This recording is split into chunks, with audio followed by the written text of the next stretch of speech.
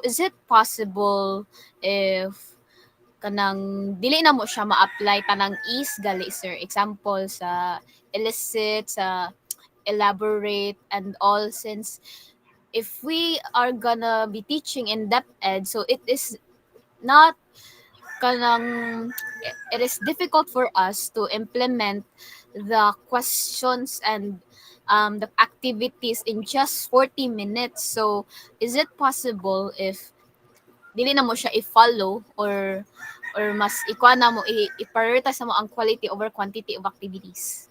That's all, All sir. right. Okay.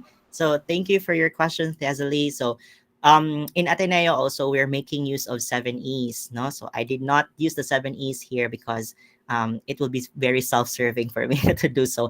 What we do is that we only make for example, in the 7Es, the kutubra gid for 15 minutes man, no? If kutubra siya sa elaborate nga part, then the other parts will do it in the next meeting. Meaning, as a planner yourself, when you plan for your lesson, you should already anticipate nga ang kaning nga lesson, kung ibutang na ko ang 7Es, kutubra gyud ni sa elaborate ang first part. Then I'll have my second part on my second meeting.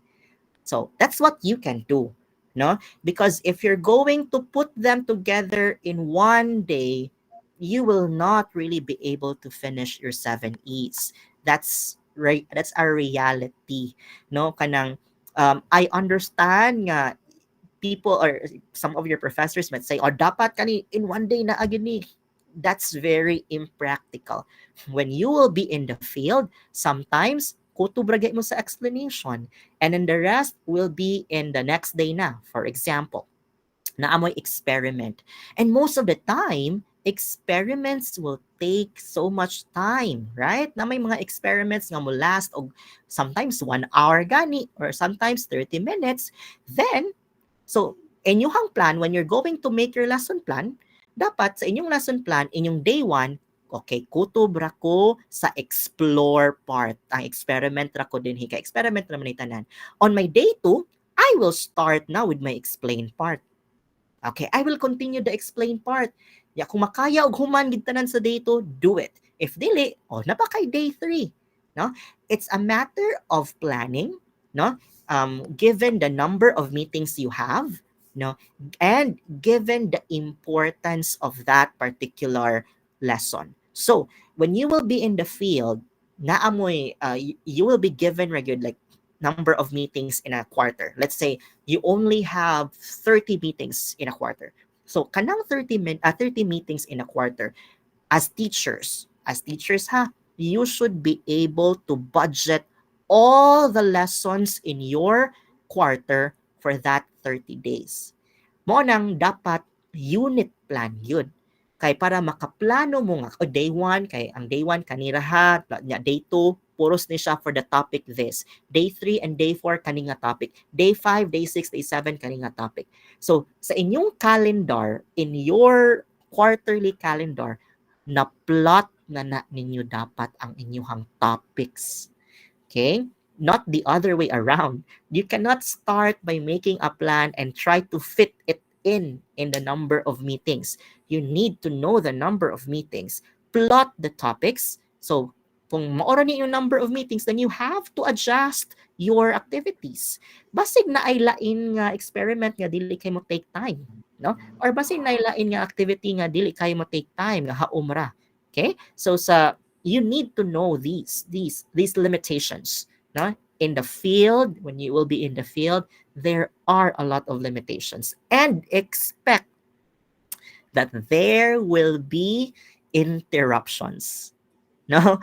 So dapat di ay part sa inyong planning, part sa inyong planning sa inyong quarterly number of meetings, dapat na may buffer days.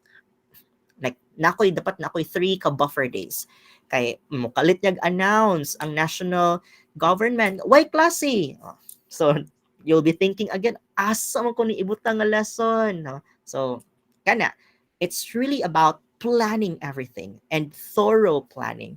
Mo nang siyang you can never give or have a lesson nga wala kay lesson plan. Okay? I hope I answered your question, Tia Zali. Thank you so much, sir. That was well explained, Jude. Thank you so much. You're welcome. Okay, do we have another na mangutana na pamuilaing pangutana? Please raise your hand virtually. Or if dili mo kayo sa microphone, you can just type your answers or questions sa call messages. Well, I believe Marinel has a question earlier as she raised her hand a while Yes. ago, right? So, Marinel, would you like to Meron take on the ugat. floor? Hello, good afternoon, everyone. Good afternoon, sir. So, my question, sir, is that how do you maintain a balance between like sticking to the prescribed curriculum while also nurturing and exploring your students' individual curiosities, sir? Because kanang our curriculum and Cerno provides a structured framework, and it Yeah. ensures that all students meet a standard and achieve a certain um, competency. However, there are students nga kanang they are naturally curious about the world, and they often have questions and interests that are kanang outside the scope of your topic during that day. So how can you make sure, sir, nga kanang imuhang lesson imuhang discussion during that day kay na-align gyapon sa imuhang curriculum while also nurturing their curiosities pod, sir? All right, that's a good question. First, you must be able to know your curriculum back and forth, front and back, no? Dapat tibaw ka sa imong curriculum. So, you need to know kung what are the topics that you have kung if you're teaching high school. So, dapat kabaw ka sa tanang topics from grade 7 to grade 10.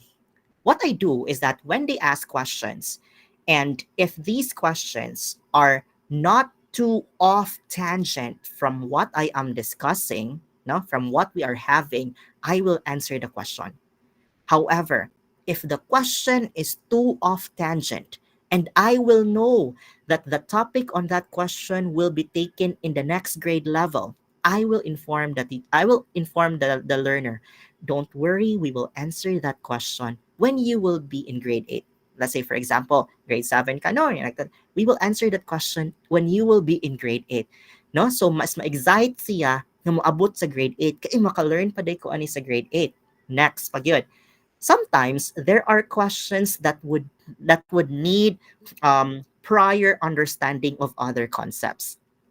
What you can do, as long as it is still related to your lesson, dili siya off tangent ha, kanang closely related sa inyong lesson. Like for example, when I discuss about the human reproductive system, pregnancy and giving birth, some of the pupils will be asking me, so how do twins form? No? So in a very simple manner, I will tell them how the twins are formed. But on the cellular level, on how twins are formed, I will leave that one to the grade 8 teacher. And I will inform them that, yeah, your question is very interesting, but with our current understanding now and your current background, we can only understand this at this point. No, there's a deeper explanation to that which you will learn in grade 8. So, mas mag-expect sila in a grade 8 nga, okay, pangutan-on ko ni nga questions akong grade 8 nga teacher when they will be in grade 8. Okay? I hope I answered your question. Yes, sir. Thank you for answering my question. Also, ko answer kanang concern po na nako actually, sir, kay naka-experience na ko ana, sir, kanang mangutan ako sa teacher, and then the teacher would say nga kanang ayaw mo pag-worry ana kay matakol na ninyo igka-college.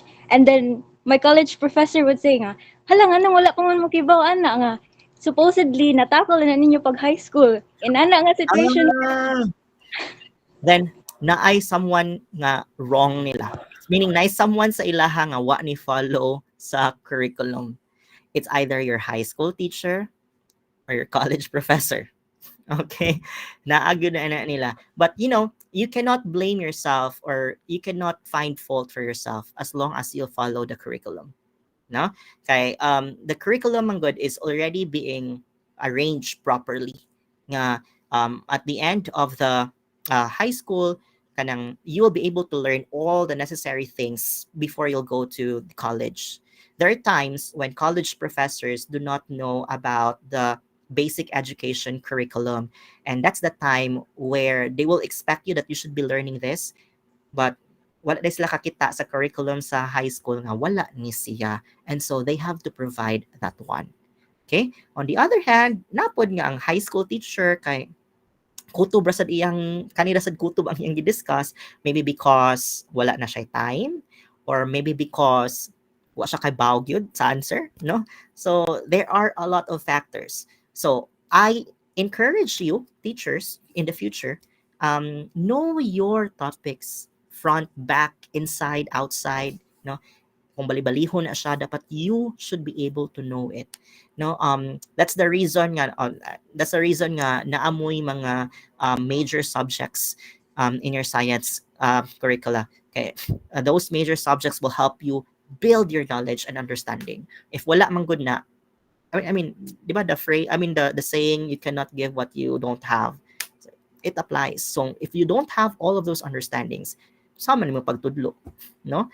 So that could be one of your purpose nga nung kinanglan ninyo tarungon inyong titration, tarungon ninyo og balance ang chemicals, because in the future you'll be teaching that.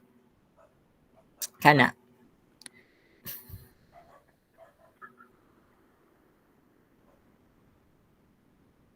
It Okay, seems sir. like Thank you so much All right, for the all right. enlightenment. it seems like na-answer ng question ni Marinel Ingles. Do we have another nga naapay question regarding sa discussion ni Sir kanina?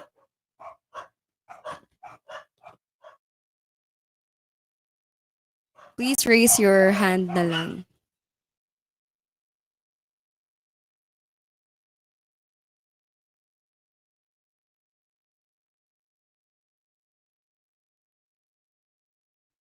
Wala na? Basin mag-regret mo.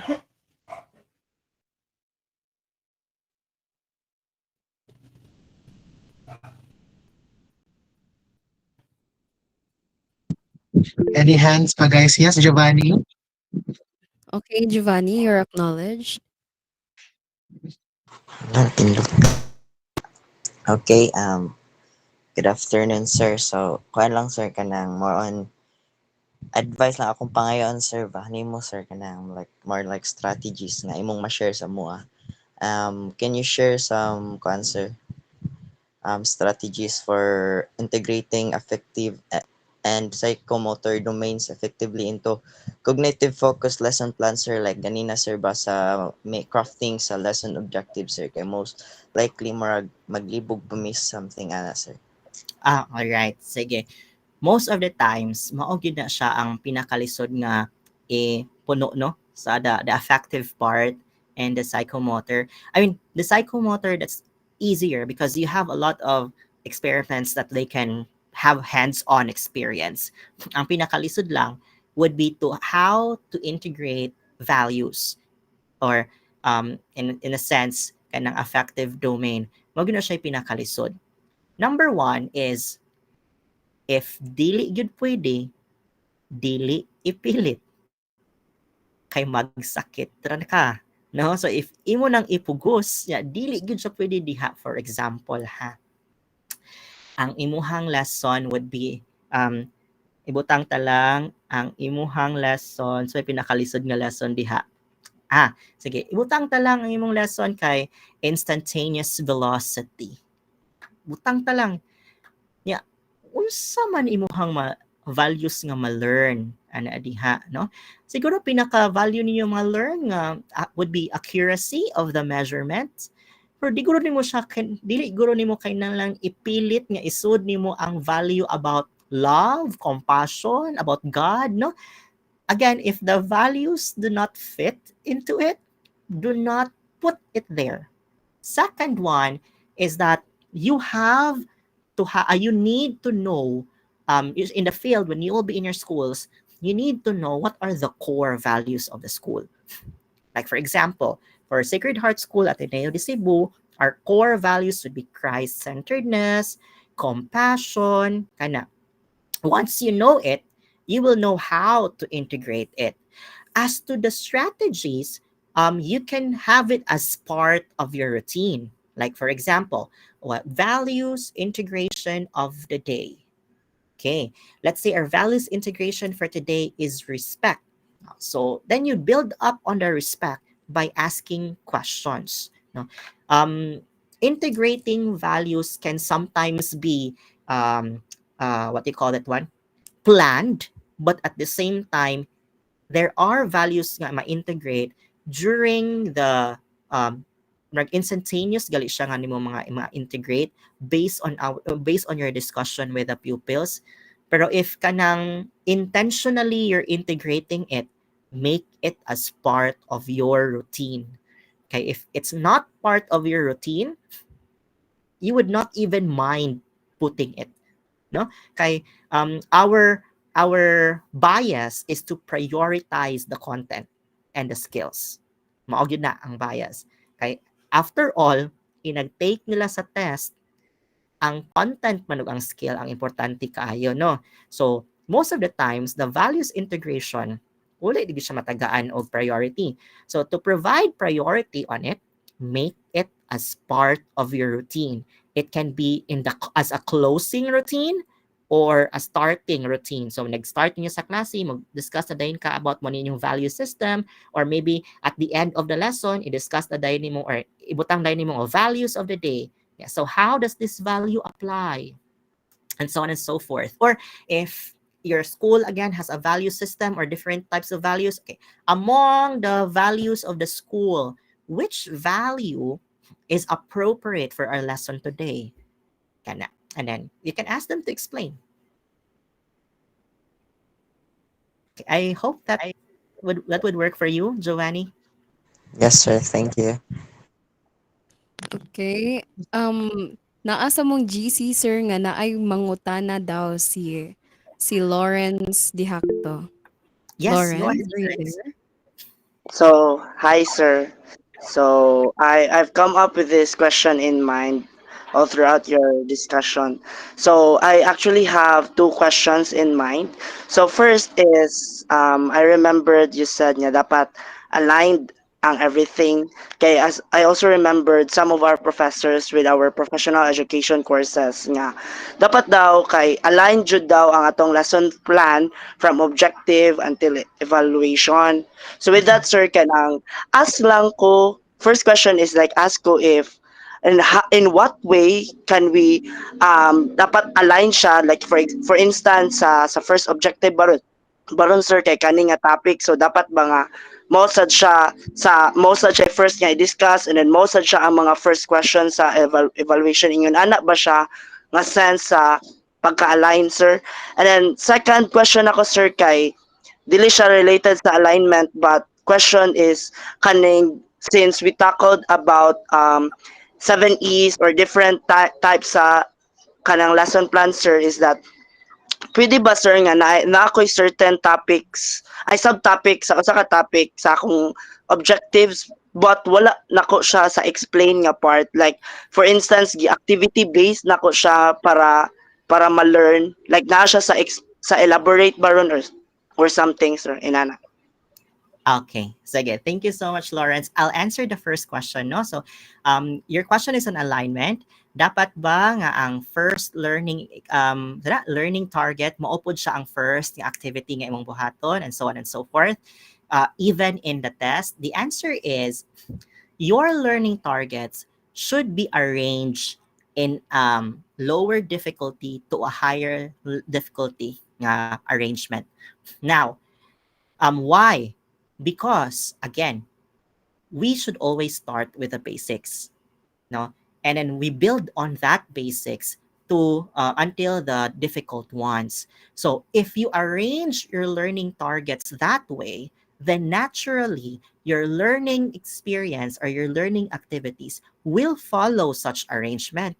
Kaya di man kamo start sa imuhang learning activity nga lisod, no? Mo start kag lisod sa imong learning activity, mo end up ka og sayon, dili man mahimo, right? Because dili sila maka-proceed sa next activity. Kung sa first activity nimo it's already very difficult nga they're not able to get the first activity, you will not be able to proceed to the second activity kay wala man na satisfy ang first activity. So, the more logical way of doing it is to start with the easy and gradually go to the difficult parts of the learning targets. So, naturally, also, your learning activities will follow such logic.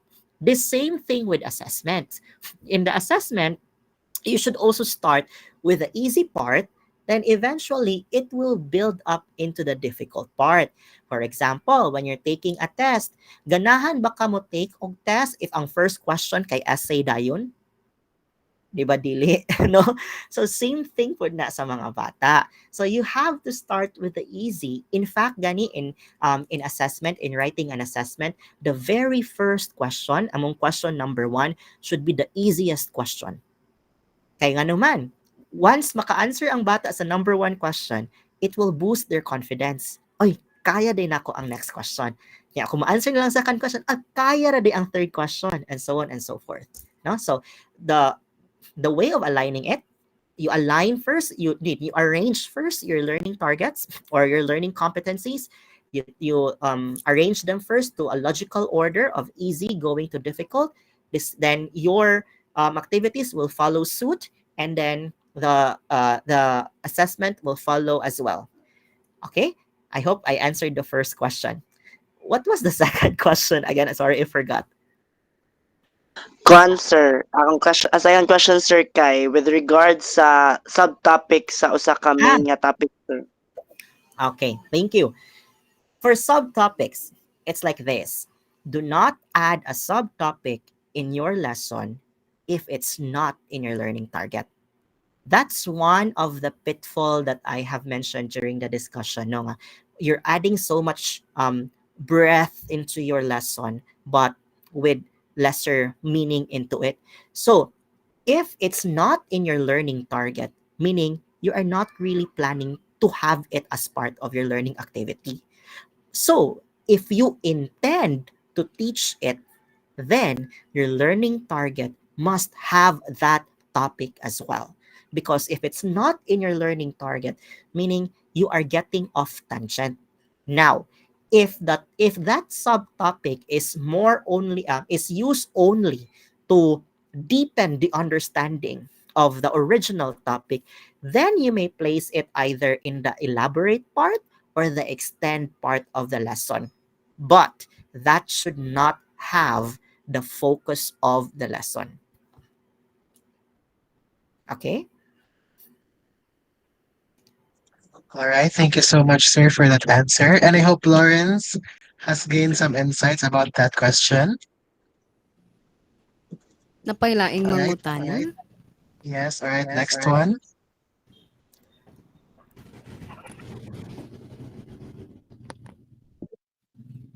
Si Raymart. Ay, All right. naata. Si Victor has a Vixer. question. Vixer on. Ansari. You Okay, raised sir. Good your morning, sir. I mean, good afternoon, di ay. Hi, good afternoon. Okay, so ang mga tanan ako, sir, ba, like, in your experience on teaching, sir, how does lesson planning for science majors differ from planning for non-majors? Like, could you elaborate, sir, on how your teaching strategies or methods change depending on the student's academic focus? All right. So, I can infer 2 questions. No, so number 1 would be how different is lesson planning for science and the other subjects, and how are you going to plan for learners of different focus?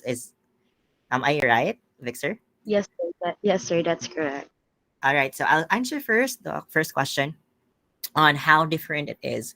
Number 1 is that in making plans for science, science majors tends to focus more on the explore part, no? And then naturally ang atoa mo graduate yun sa explore gyud ta una, and then we provide the explanation after. In other subjects like languages, they start with the explanation first, and then they provide the explore part. That's how mostly it is done. For those in mathematics, sometimes they interchange They can start with the explore part and then they go with the explanation. Sometimes they start with the explanation part, but then after that they have the explore, because there in languages manggod, you will not be able to write the sentence if you do not know the I don't know if it's called the equation. No, if you don't know the structure, sorry, the structure. So they need to explain the structure first before they can write a sentence. Or like in a poem, they need to explain the structure of the poem first before the learners can do that. In science, it's different because our subject is very experiential in nature, meaning we experience it a lot. We allow the learners to explore and discover first before we add our explanation. That's the reason why I discourage you to ask, what is this or what is that? But I always would ask, how will you describe this? Because it will be based on their experience. Okay. Secondly, is that how will you plan for learners of different focus? So, number one would be you need to know what are the interests of your pupils. It's like this. I do not know how it is with other schools, but in Ateneo de Cebu, we always have at the beginning of the class, we let our pupils answer an MBTI test, so we will know what type of learners they are, and we will let them answer also an IQ test in the start of the year. So, and then after that, the results will be given to the teachers. Okay, this section has these types of learners. There are kinesthetics, there are, and so on and so forth. No, there are visuals, there are auditory, and then based on that, you will then plan your lesson. Now, do not expect and do not, I mean, you can try it, but do not be too hard on yourself nga i-cater gyud tanan. Because, again, in the field, it would be impossible. In theory, it could be possible, but in practice, you'll be frustrated nga nung dili man gyud ni makaya sa mga bata. Okay? You will understand that one when you will be in the field and it's your first year. You will have that frustration nga imutan ng giplan, dili makaya sa mga bata. Again, because um, theoretical pa magod ang inyong hangkoan, ang inyong practice. Wala pa gid mo naka-go into the field itself. So, you will know in the field nga, possible siya, no? But dili kaayo siya, di ka siya practical. At the same time, if you'd really want to cater to everything, then you would do differentiated instruction. Differentiated instruction is also like it's also one of the strategies for learner-centered learning, in which you will provide different activities for the learners with different types of intelligences. So nakay activity diri sa kuan, sa visuals, sa visual learners, nakay activity diri sa mga auditory, kinesthetic, and so on and so forth. That could be one. Or you can differentiate the activities based on their interest. Kana, so kani nga grupo, their interest is on singing, so I will provide an activity on singing. This group, their interest is on dancing, so I'll provide activity on dancing. Or the third one, you can differentiate the activity based on their level of understanding. So kaning mga not so smart or still in the low level, o lahi inyong activity. Kaning sa mga mid, lahi inyong activity. Kaning sa mga advanced, o mao ninyong activity. So, you can do that. But, again, that would require intensive preparation for the teachers. Okay? So, if you have that in mind, and if that's what you plan, then prepare yourself because you will be planning a lot of things. All right? You can also, by the way, another one, you can also differentiate through assessments. No? So, kaning mga dili pa kayo kamao, lahi sila og form of assessment. Kaning middle, lahi sila og form of assessment.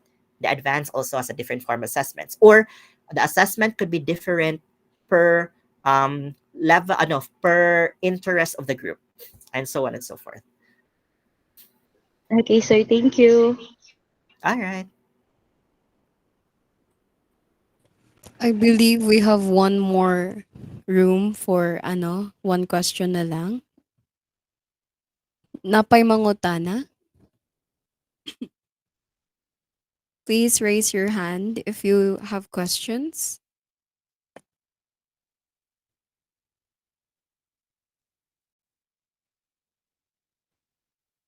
Naa pa ba, everyone? Naa pa ba? Alright, I would like to ask na lang po personally, no? So, since wala namang mangutana siguro, ako na lang sa siguro mangutana. So, sir, I would like to ask, since you mentioned kanina you were from physical science before, yeah, you majored physical science as you mentioned. Given we as general sciences, we tend to basin malabay mi puhon sa kanang physics nga subject. Are there any effective ways ba to teach complex scientific concepts such as physics, for example, when we go to the field? Alright, sige. First, you need to have a deeper understanding of the lesson, gyud. Kana, you have to have the mastery of the lesson. Because if you do not have it, no matter what strategy it is, maglisod gyud ka. Secondly, what you're going to do is make sure that your examples or your activity is something that they can relate on and something that exists in their sphere of experience. Meaning, do not provide a situation nga layo kayo sa ilahang understanding or layo kayo sa ilang experience.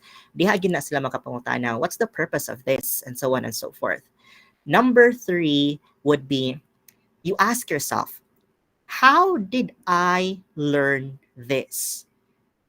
Okay? The way that you have learned it, kanang if mo ni ang pinakasayon nga na-learn nako, that's how you're going to teach it.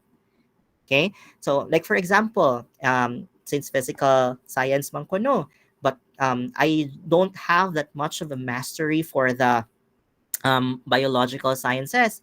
So number one that I did is I really have to study biological sciences. So I have to study cell division. I have to study all the body systems. I have to read sometimes to the point that I have to read medical books. I have to deepen my understanding because when you will be in the field, there will be questions that you might not expect nga lisod kaayo nimo ansiran because you do not know about it, no? So you have to prepare for that. So for the physical sciences, make sure gyud nga kana ganing sige na how will I say it? It's very concrete to their experience. Do not give abstract situations. Like if you have problems, if you're going to teach about velocity, speed, and so on, use situation nga kanang naapod sa velocity and speed. Third, another advice is that do not be too strict on how they will be solving the problem. Because in real life, there'll be a lot of different ways to solve a problem. Yours will just be one way of solving it. No? Even in math, because most of the times, kuan man tano, the physical sciences in physics would really have math in it. Even in math, in Ateneo, we don't limit them to just using one method of answering the problem. They can answer the problem in as many methods or in any method basta ma-explain nila nga mo na ilang method nga gigamit. Okay? Although we provide them the conventional method, but if they can do it in another way, then that's another learning from the pupil. So do not be too kuan gani kanang do not put a barrier onto how the learners should learn it. No? And allow them to explore it as well. Now, sa concepts of physics, make sure nga naagid mo yung experimentation. And then, in this experimentation, dapat na ay real-life application. Kaya if wala na real-life application, mahog ra yun nagduwa-duwa ra mo sa iyong experiment. Ana ra yun na. And then, make sure po na you as a teacher, you understand your experiment. Because sometimes, no, um, we just copy the experiment sa asa ni nga laboratory manual. And then truth be told, di ay wala gyud ay takasabot sa experiment, no? So, sabta ang experiment as a teacher para nag-explain ninyo sa experiment sa mga bata, makasabot po sila. Right?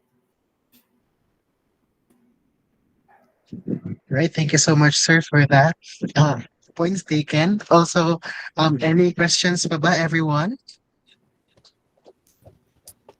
I don't think wala na. Going once, twice, thrice. All right, hearing and seeing none, I believe it's high time for us to move forward to the other segments of our program. John? Yes. Proceed na, Angela. Now we appreciate all the thoughtful questions and engaging responses put, sir. And don't worry, if you still have lingering questions and reflections, feel free to send them through chat. And once again, thank you so much to our incredible guest speaker, Sir John Amel, for graciously sharing your time, knowledge, and inspiration with us today. So let's give him another virtual round of applause. Thank you so much, sir. Okay. Now that we have the chance to ask our speaker some questions, I think it's also the perfect time for us to be the ones asked. So manguta na sa ta sa atong kagalingon. So dear blockmates, we'd love for you to join in the conversation. After all, learning becomes more meaningful when we get to process it together, 'di ba? So let me ask you, what are your key takeaways from today's session? Panguta na inyong kagalingon. What are your key takeaways from today's session? Now you may raise your virtual hands, guys, or comment your insights in the question box below. So any hands who would like to share their insights and synthesis about our discussion for today? Yes, Raymart, you're acknowledged. Okay, good afternoon, everyone. No? Um, in this webinar, no, one key takeaways that challenged my previous assumptions was when our guest speaker, sir, emphasized that books are only supplementary materials, no, that not the main reference judge, no, during the discussion. So this reminded me that learning goes beyond textbooks. So it's about designing experiences that truly connect with learners. Another powerful insights was the idea that assessment, di ba, shock tayo ganino na, oh, assessment should come first, di ba, when planning. So traditionally, di ba, we often think of activities first, then assessment. But our guest speaker highlighted that it is true, clearly defined assessment that we determine what meaningful activities should follow. So this helps ensure that every learning experiences directly supports the desired or what we desired outcomes after our discussions. And perhaps the most eye-opening part for me, actually naingon ni ganyan ni Angelo, was the clarification on the student-centered principle, no, that it states there, or according to sir, that it is not just about giving students more activities. It's about focusing on how they engage with the content, no? With the, asa na to? It is not about giving students more activities. It's about focusing on how they engage with the content, how they make sense of it, and how it becomes meaningful to them. So this shifts the focus from doing to understanding, which is what real learning should be. So I will end nano, and overall, so this lecture should deepen my understanding on how purposeful planning, grounded assessments, and contextualized learning experience can create a more authentic and learner-centered environment. So that's all. So I learned a lot talaga, sir. Thank you, sir.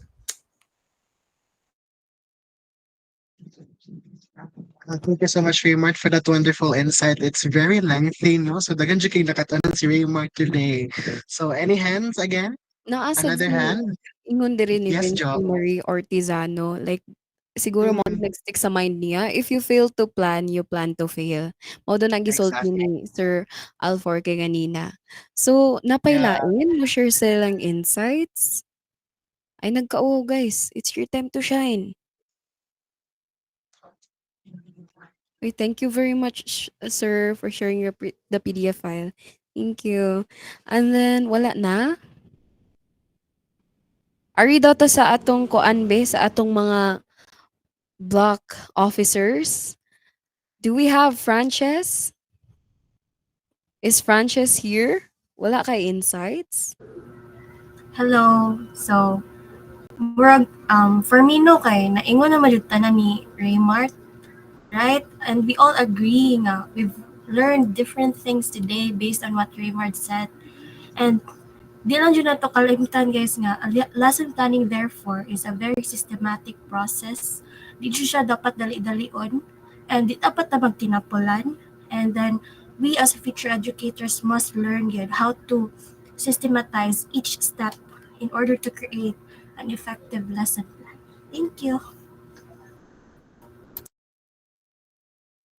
Okay, thank you very much, Frances. Let's ask another sa atong officer be. Murag hilom na kay ni siya, ganihara. Do we have our mayor, Kim Kaliwan?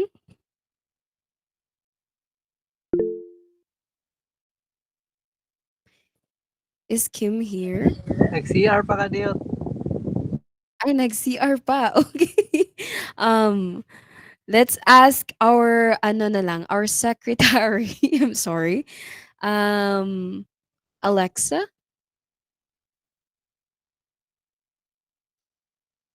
Is Alexa here? Hello po, kanang naingon naman. Naingon na sad. Okay. Ato ning usaw-usaw ng mga officers. Isa pa. Ah, Brianna.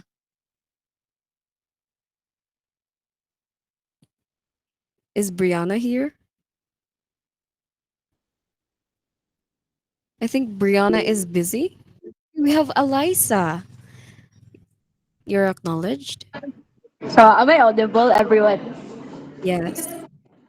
So, we all know naman no na sometimes you have a negative connotation sa lesson plan kay hago kayo, it's very tedious.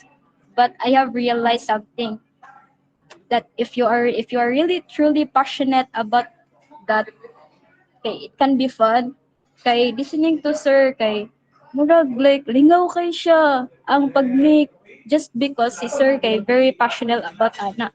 So I think one of the things I will bring to this seminar is that it is important to do something that you are passionate for it to be fun and like dili ka mawala sa motivation sa kana. That's all. Thank you. Well, I have to agree on that statement. No, nga, lesson planning could be a tedious process, Jude. But if you are passionate enough to work on it, then you will really succeed. No, as we believe nga kanang storm, kanang Najee Duman. storm, no, before ta makakuha ng rainbow archer. Pero bitaw, yeah, you'll be successful in that. Mm-mm. That is correct. Do we have another one? Si kinsa man to? Si Lawrence. Lawrence, do you have your insights, your key takeaways? Yeah. So, hello guys. Hello guys. Hello ma'am and our speakers. So, I really am thankful to Doc Rosar, yeah, to Doc for having this webinar because it is essential for us because since first year, 'di ba, mo dyan na ang ato ang reklamo na we haven't still given kanang proper way on making in lesson planning, especially in science nga subject. And with that, with us becoming third year and for in this semester lang nga daghan kay taog demo nga padulong not just for our subject na FASI but other subject as well. This is very helpful in a way that all of our learnings will come in right place, Char.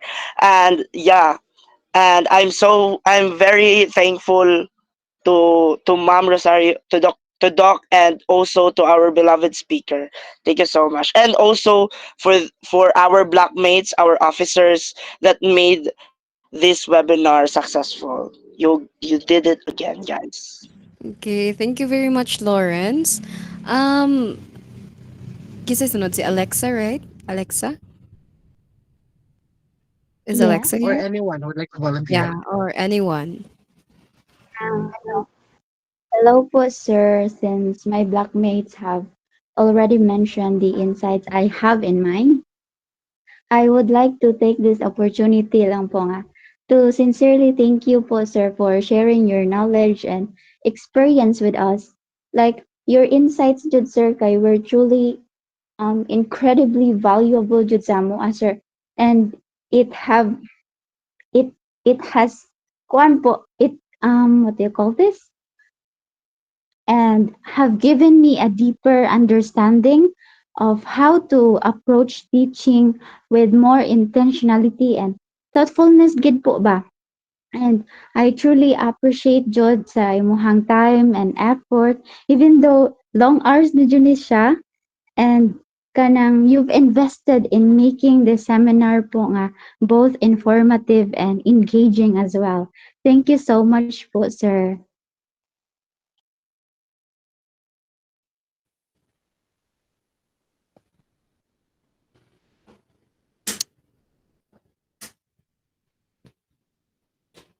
Right, and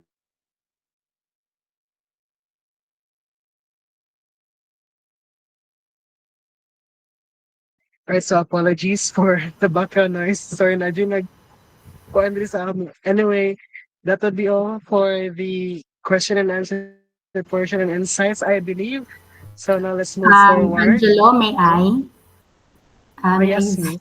may I recognize? Okay, so first and foremost, I thank everyone for preparing for this activity. Before I will share my words of gratitude to our resource speakers. So I am happy, class, listening to your questions, looking at you, very passionate on learning. Like I love looking at students hungry for learning.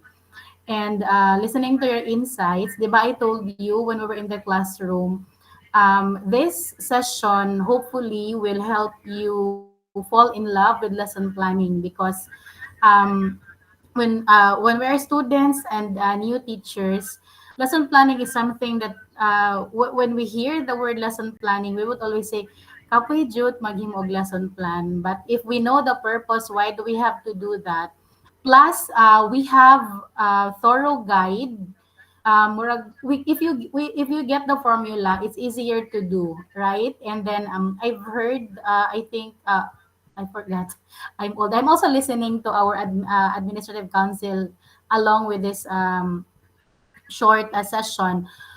Someone already shared nga murag lingaw kaayo no ang maghimog lesson plan sa science. Okay, so I believe that we have hit our target this afternoon. So thank you for actively participating, and of course, I really thank Mr. Alforque, soon to be Doctor Mr. Alforque, my very good friend. We joined Ateneo de Cebu together in 2014, and who would have thought that our friendship will last forever? Wala kay choice. Imagine kung agwantahon. Agwanta sa each other. Okay, so class, I am also very happy because I just knew na this is your first session, formal session on lesson planning, no? And you are on your third year. Okay, so at least we were able to do this. I decided not to do this lesson in our classroom because I am not a science major. Although I have good experience in lesson planning, but I can share on the lesson planning in language, which I believe is not the same with science. And true enough, you were able to hear from our speaker that in science we do this. However, we do the opposite in language. And then it was, I believe that this is a very helpful session. So thank you so much, Mr. Alforque.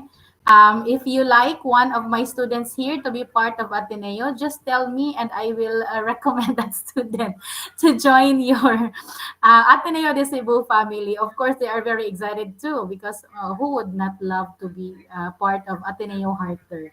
Okay. Sige. And I hope one of you will become the best student teacher for the batch 2026. Okay, because I told you that it is always my goal that one of my students will become one, and I have tried that, and I will continue to aim to produce one. Okay, not because of the honor or the pride or prestige, but because our Filipino students deserves the best teachers. So thank you very much, everyone. And I guess there are no more insights. We will proceed to the closing part of our session since it's already 3:51. Basin pa punon kog bayad sa atong speaker. Kung malapas pa gyud ta. Thank you so much. All right, thank you so much, Doc. Now, thank you everyone for your thoughtful reflections. Now that we've heard, it really is kind of refreshing, no, and it's very, very informative. No, to know that there's still a lot to do when it comes to lesson planning in the eyes. So with these insights and with the discussion that we had earlier, we really, really appreciate the effort that you had, sir, the effort that you've done, and the lesson that you taught us. Thank you so much. Now, Jer, take it away. Of course, we won't let this day end without showing our gratitude, sir. So don't worry, you won't leave empty handed. As a token of our appreciation, we are awarding you the Certificate of Appreciation for generously sharing your time and expertise with us today.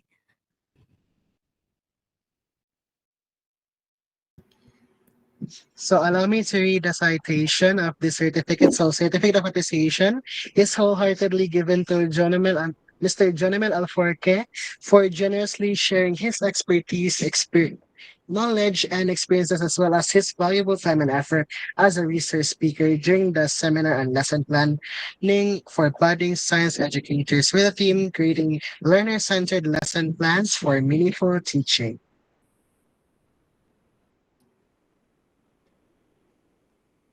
As we are nearing the end of this momentous event, I would like to invite the person who made this event for us possible to give the closing remarks. Pero kanina murag nasulti naman ni ma'am. Pero ato lang yung ato pa siyang invite balik. Please join me in welcoming Dr. Rosario Fantonial for the closing remarks. Hello again. Good afternoon. I thought I will not be giving the closing remarks because I think we agreed with Kim that I will only introduce our guest speaker this afternoon. But yes, nasulti na noon ako akong closing remarks. So, um, to end our very meaningful session this afternoon, I would like to go back to the quote that was shared a while ago by our speaker, the one coming from, if I am not mistaken, who's that? It's in my mind, but I cannot say it now. If you fail to plan, you plan to fail. Harry Wong, that's from Harry Wong. Okay, Dr. Harry Wong. So, naarang-arang pa dyan akong katiguang. So, we were exposed this afternoon on the importance of lesson planning, and not just a simple traditional lesson planning, but learner-centered teaching. Okay, lesson plans for learner-centered teaching. Um, I hope that by the knowledge that you have gained, everybody is inspired to sit down passionately and thinking that lesson planning is not a burden but an art.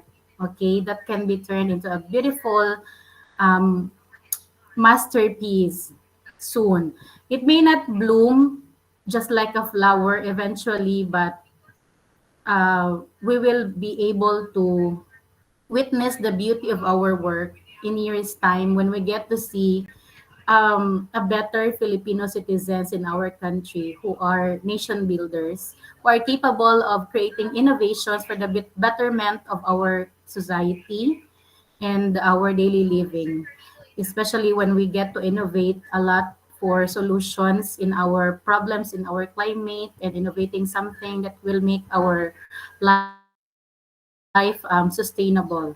Okay, so with that, thank you everyone for giving your time. We agreed to have it 1, 2, 3, but because it's very meaningful and substantial, thank you for enduring, and engaging much in this meaningful activity. To our resource speaker, thank you very much. I cannot do this without you. Our class wouldn't be this meaningful without your expertise. So from the very bottom of our hearts, thank you so much for gracing your expertise in our class. So Yeah. before we end, we will Thank have you also for our having me. Thank you also for having me. okay, thank you. We will have our group photo before we end our session. So Bianca, you may stop share, and then class, I am not good in in taking photo for like this kay cellphone siya akong gamiton and makita man gud siya sa I am not as takey as you. So I will ask someone lang from the block to take our group photo and then have it posted in our Google Classroom stream. I will also post there the PDF file of the presentation prepared by Ms. Larforque today. So please, uh, Bianca, you may stop share and then we will have our group photo. Show your best smile. Okay, open your camera, everyone. Who's gonna take the photo? Joanna, ganina ra jud kaan ang imuhang mga paposting din na. Okay, si Abigail will be the one to take the photo. Sige, go. Give us the cue if we are going to smile for the photo. Okay, okay. Wait lang. 1, 2, 3, smile. Okay, wait lang. Alright.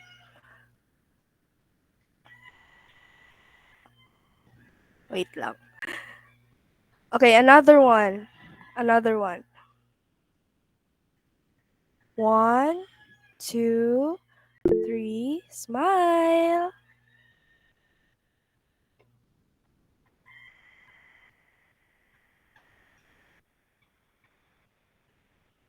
Okay, mana siya, ma'am. Brianna, Alright. Yes, ma'am. si Brianna nag-raise a hand or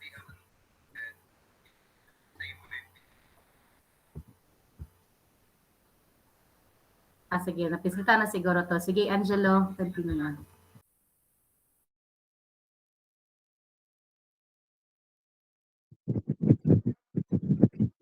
Oh, all right. So what a truly enriching session we had today.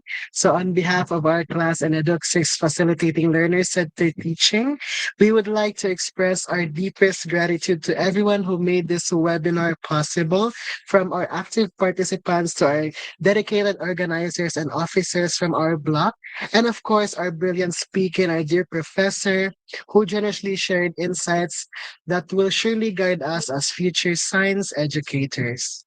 Today, we've been reminded that teaching is not just about content, it's about connection. It's about sparking curiosity, empowering learners, and creating classrooms where students feel seen, heard, and challenged to think critically. Learner centered teaching is a commitment, a daily choice to design lessons with heart, purpose, and impact. That's right, Journal. As we leave this virtual room, may we carry with us not just notes and takeaways, but a renewed sense of mission. Now, let's continue to nurture the spark and become the kind of teachers who inspire not just minds, but lives. Once again, thank you for being with us today. Padayon Future Science Educators, let's teach with purpose and always with passion. Na mabuhay ang mga guro, mabuhay ang mga scholar ng bayan, mabuhay tayong lahat, and have a great day ahead. Thank you so much. Thank you, everyone. Happy weekend. Bye. Thank you, ma'am. Thank you, sir.